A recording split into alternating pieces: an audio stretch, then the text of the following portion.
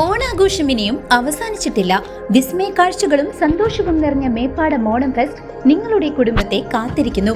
കാശ്മീർ താഴ്വരയുടെ സൗന്ദര്യം, വർണ്ണമത്സ്യങ്ങൾ, വ്യത്യസ്തങ്ങളായ പക്ഷികൾ, കുട്ടികൾക്കായി സാഹസിക റൈഡുകൾ, ബോട്ടിംഗ്, വെർച്വൽ റിയാലിറ്റി അനുഭവങ്ങൾ, രുചികരമായ ഭക്ഷണം, വൈവിധ്യമാർന്ന ഉൽപ്പന്നങ്ങൾ എല്ലാം ഒരിടത്ത്.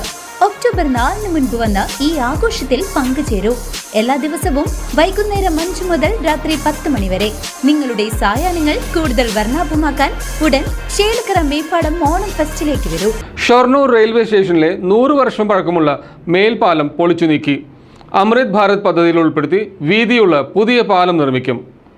ഷൊർണൂർ റെയിൽവേ സ്റ്റേഷനിലെ പഴയ മേൽപ്പാലം പൊളിച്ചു നീക്കി തുടങ്ങി. 100 വർഷത്തിലേറെ പഴക്കമുള്ളതും നവീകരണത്തിനായി അടച്ചിട്ടിരുന്നതുമായ മേൽപ്പാലമാണിപ്പോൾ പൊളിച്ചു നീക്കാൻ തുടങ്ങിയത്. റെയിൽവേ ബ്രിഡ്ജസ് വിഭാഗം നടത്തിയ പരിശോധനയിൽ പാലത്തിന് ബലക്ഷയം കണ്ടെത്തിയതിനെ തുടർന്നാണ് ഈ തീരുമാനം.